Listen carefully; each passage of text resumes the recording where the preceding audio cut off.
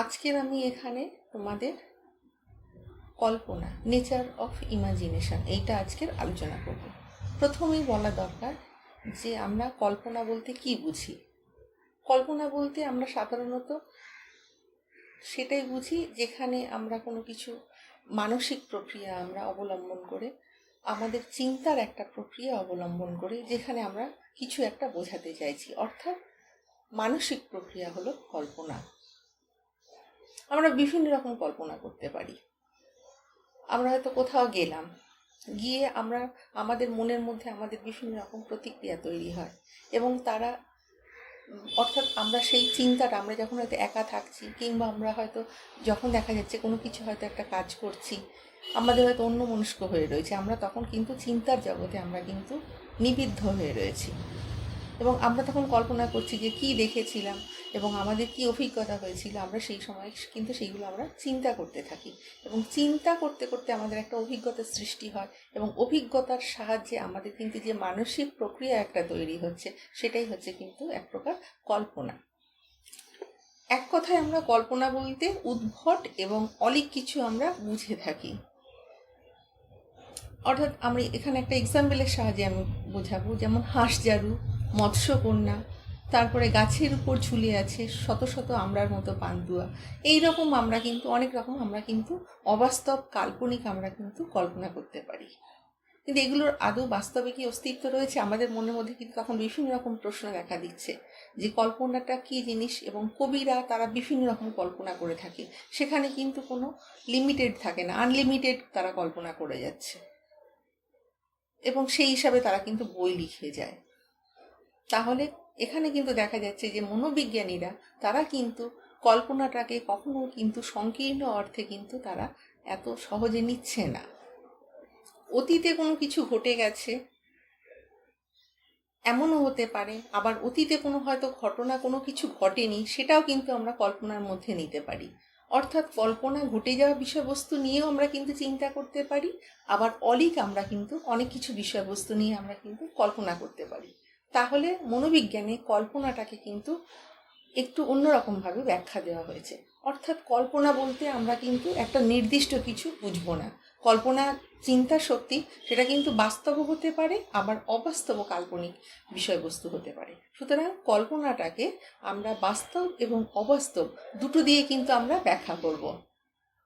মনোবিজ্ঞানে কল্পনার অর্থটা কি? মনোবিজ্ঞানে কল্পনার অর্থ হলো যেটা সামনে নেই সেইটাকে কিন্তু আমরা চিন্তা করছি, পুনরুজ্জীবিত করছি, পুনরুদ্রেক করছি, এবং যে বিষয়গুলো আগে ঘটে গেছে সেই বিষয়গুলো আমরা কিন্তু পুনরুজ্জীবিত করে আমরা কিন্তু নতুন কিছু সকলের সামনে তুলে ধরার চেষ্টা করছি। অর্থাৎ পুরনো ধারণা, পুরনো জ্ঞান, পুরনো অভিজ্ঞতা, সেইগুলোকেই কিন্তু আমরা মানুষ প্রক্রিয়ার সাহায্যে আমরা কিন্তু নতুন করার চেষ্টা করছি। কিন্তু এটা কিন্তু এক প্রকার ব্যাপক অর্থে কিন্তু দেখা হচ্ছে, কেননা আমরা অনেক হয়তো 5-6 বছর আগে কিংবা তারও বহু আগে আমরা হয়তো কোথাও ঘুরতে গেছিলাম, সেই সকল বিভিন্ন জায়গার যে টুকরো টুকরো ধারণা, সেই সকল ধারণা দিয়ে আমরা কিন্তু দেখা যাচ্ছে যে আমরা একটা সুন্দর একটা পরিবেশ বা পরিস্থিতি একটা কিন্তু কল্পনার জগতে একটা চলে গেলাম।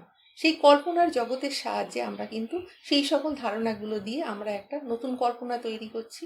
সুতরাং বলা যাচ্ছে যে এইভাবে আমরা কিন্তু কল্পনা করতে পারি। অর্থাৎ কল্পনা শুধু খালি যে অলীক সেটা হবে না, সেটা কিন্তু বাস্তবও হবে।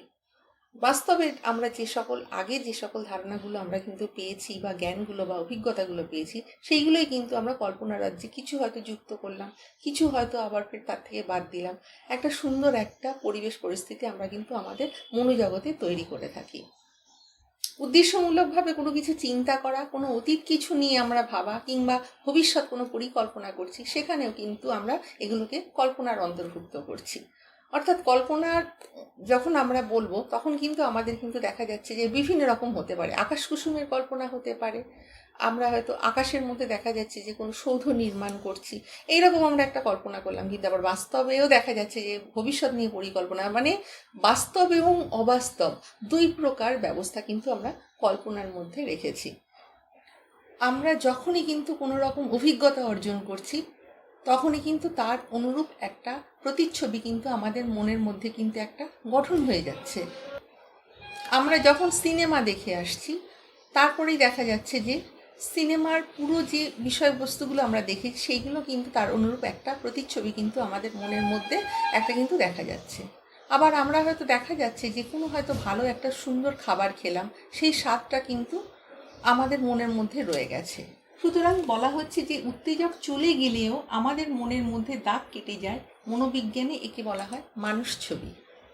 হয়তো আমরা সুন্দর একটা গান শুনলাম, সেই গানটা কিন্তু আমার বহু বছর বহু সময় ধরে আমার কিন্তু মনের মধ্যে সেইটা কিন্তু দাগ কেটে গেছে বলে সেই গানটা কিন্তু আমার সবসময় ভালো লাগছে। হয়তো কখনো সেই গানটা শুনলাম, আমার কিন্তু মনে হলো যে হ্যাঁ এইটাই সেই গান।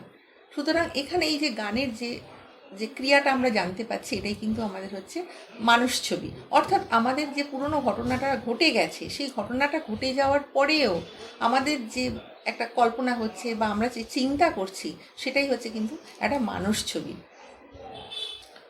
আমরা প্রতিনিয়ত বিভিন্ন রকম আমরা অভিজ্ঞতা অর্জন করছি, আমরা যা দেখছি আমরা শিখছি, এবং প্রত্যেকটা দিন প্রত্যেকটা সময় দেখা যাচ্ছে যে আমাদের নতুন নতুন অভিজ্ঞতা হচ্ছে। সুতরাং এই অভিজ্ঞতার ভিত্তিতে আমাদের কিন্তু মানসিক একটা ছবি তৈরি হচ্ছে। সুতরাং এই মানুষ ছবিকে উজ্জীবিত করে ইচ্ছামতো সাজানোকেই আমরা বলছি কল্পনা। তাহলে আমাদের দিন দিন নতুন নতুন অভিজ্ঞতা হচ্ছে, অভিজ্ঞতার ফলে আমাদের কিন্তু একটা মানুষ ছবি তৈরি হচ্ছে। আর মানুষ ছবিগুলোকে সুন্দরভাবে যে সাজানো হচ্ছে, এলোমেলো অনেক কিছু আমরা দেখছি, এই যে সাজিয়ে আমরা যে নিচ্ছি, এটাকেই কিন্তু বলা হচ্ছে কল্পনা। আমি দেখা যাচ্ছে হয়তো কোথাও ঘুরে এসেছি, যেমন এখানে আমি যদি বলতে পারি যে পুরী কিংবা দীঘা, সেখানে হয়তো আমি ঘুরে এসেছি এবং দেখা যাচ্ছে যে সেখানকার আমরা অনেক কিছু দেখেছি, নদী, সেখানে সমুদ্র, পুরীর যে সমুদ্র, তারপরে দীঘার যে সমুদ্র, এগুলো দেখে এসেছি। তারপর এখানকার যে পরিবেশ, সকালকার যে এখানকার যে সুন্দর একটা ওয়েদার, তারপরে সূর্য ওঠা, বিভিন্ন রকম মানুষ, খাওয়া দাওয়া, পোশাক পরিচ্ছদ, এখানকার যে আবহাওয়া, তারপর এখানকার যে রাস্তাঘাট, বিভিন্ন রকম মানুষ, তারপরে পুজো দেওয়া, মন্দিরের মধ্যে যে অবস্থা, তারপরে যে পারিপার্শ্বিক যে পরিস্থিতি, সব কিছু আমরা কিন্তু দেখে এসেছি। এগুলো কিন্তু আমরা কিন্তু বাস্তবে দেখে এসেছি, এবং এগুলো এবার আমরা তখন মনের মধ্যে একটা কিন্তু আমাদের একটা অভিজ্ঞতা সঞ্চয় করে নিয়ে এসেছি। সেইগুলো আমরা কিন্তু কখনো অস্বীকার করতে পারছি না। এবং এইগুলো আমরা অবসর সময়, আমরা হয়তো কোনো একটা সময় আমরা যখন চুপচাপ রয়েছি, তখন আমরা কিন্তু এইগুলো কিন্তু আমরা তখন চিন্তা করছি, এই ওখানকার যে পরিবেশটা কীরকম, ওখানে কি দেখেছি, কি খাবার খেয়েছি, কীরকম একটা লোক রয়েছে, তারপরে কোনো কিছু হয়তো একটা বিশেষ হয়তো কিছু একটা কিনেছিলাম, সেইটা কিন্তু আমাদের মনে হচ্ছে, কিংবা কোনো হয়তো ভালো মানুষের সঙ্গে মিশেছিলাম, কোনো একটা মন্দির হয়তো পুজো দিয়েছিলাম, কোণারকের সূর্য মন্দির, তারপরে হয়তো কোনো কিছু একটা ভালো আরও কিছু মানে মেমোরেবল কিছু, তখন আমরা কিন্তু অবসর সময় চিন্তা করছি, সেটাই কিন্তু হচ্ছে দেখা যাচ্ছে যে কল্পনা। আমরা অবসর সময় এগুলো যে চিন্তা করছি, সেগুলোই কিন্তু হচ্ছে এক প্রকার কল্পনা।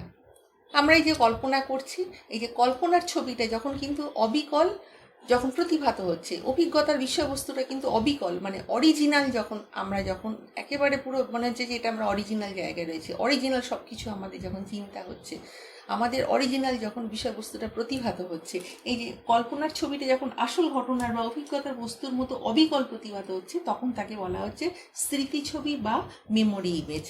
অর্থাৎ কল্পনাটার বিষয়বস্তু যখন হচ্ছে মানে সত্যিকারের বলে মনে হচ্ছে, তখন কিন্তু সেটা হয়ে যাচ্ছে মেমোরি ইমেজ। কল্পনা এবং স্মৃতি দুটোই কিন্তু আলাদা।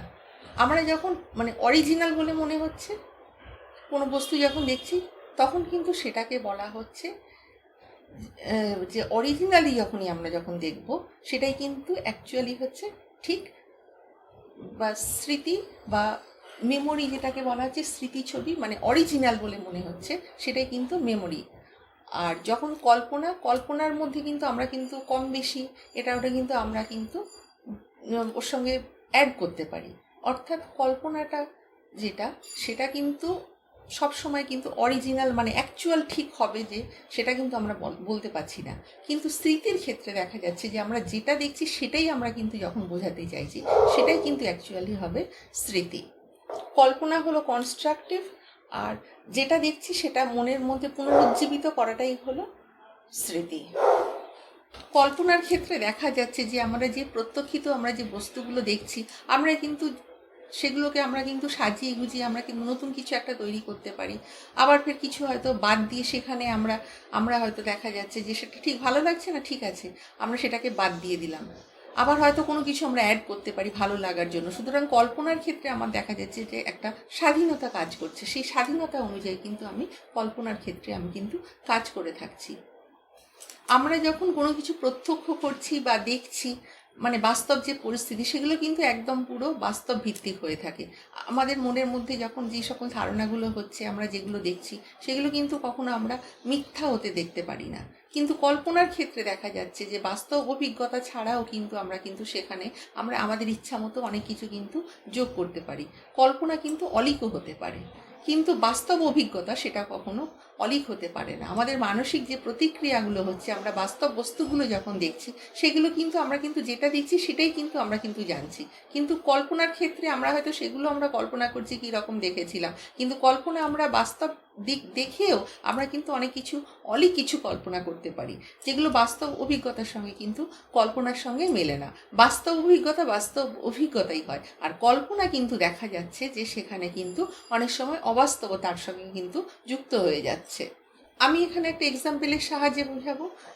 ধরা যাক আমি ডায়মন্ড হারবারে ঘুরতে গেলাম এবং সেখানে যে নদীটা দেখেছি সেটাকে আমরা কখনো অস্বীকার করতে পারি না। সাগরিকা হোটেল রয়েছে, ঝাউ গাছ রয়েছে, মাঝখান দিয়ে যে জিটি রোডটা বয়ে গেছে, তারপরে চারিদিকে যে সুন্দর একটা প্রাকৃতিক পরিবেশ, সেগুলোকে আমরা কিন্তু অস্বীকার করতে পারি না। এগুলো আমরা যখন আমাদের কিন্তু স্মৃতিচারণ আমরা করতেই পারি। আমাদের কিন্তু একটা এগুলো নিয়ে আমরা কিন্তু একটা মানুষ ছবি আমরা কিন্তু অবসর সময় আমরা কিন্তু অবশ্যই আমরা আঁকতে পারি। কিন্তু আমরা এইগুলো যখন আমরা চিন্তা করতে করতে আমরা যখন কল্পনার জগতে প্রবেশ করছি, তখন কিন্তু আমাদের একটা অসম্ভব একটা ফ্রিডম চলে আসে। যেমন আমরা সাগরিকা হোটেলকে আমরা কিন্তু জলের মধ্যে রেখে দিতে পারি, হয়তো বাসকে আমরা কিন্তু জলের মধ্যে ডায়মন্ড হারবার নদীর মধ্যে চলতে দেখতে পারি, মানে আমরা কল্পনা করতে পারি। আবার নদীর মধ্যে যে জাহাজগুলো চলছে সেগুলো আমরা বাসের মতো যদি আমরা চিন্তা করতে, রোডের মধ্যে তারা চলছে, আমরা এরকম কল্পনা করতে পারি।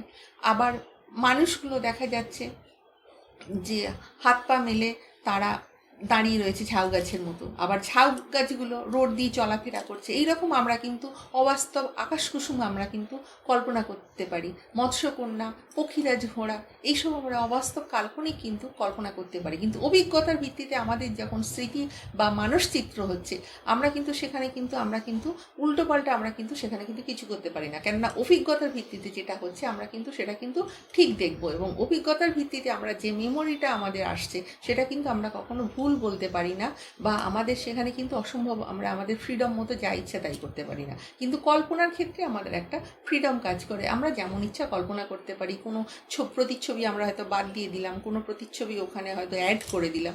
এইরকমভাবে কল্পনার ক্ষেত্রে কিন্তু আমরা স্বাধীনতা খুঁজে পাই। আমার ভিডিও তোমাদের ভালো লাগলে তোমরা অবশ্যই লাইক, কমেন্ট, শেয়ার এবং সাবস্ক্রাইব করতে ভুলো না। নেক্সট টাইম আমি আরও একটা নতুন ভিডিও নিয়ে তোমাদের সামনে উপস্থিত হব।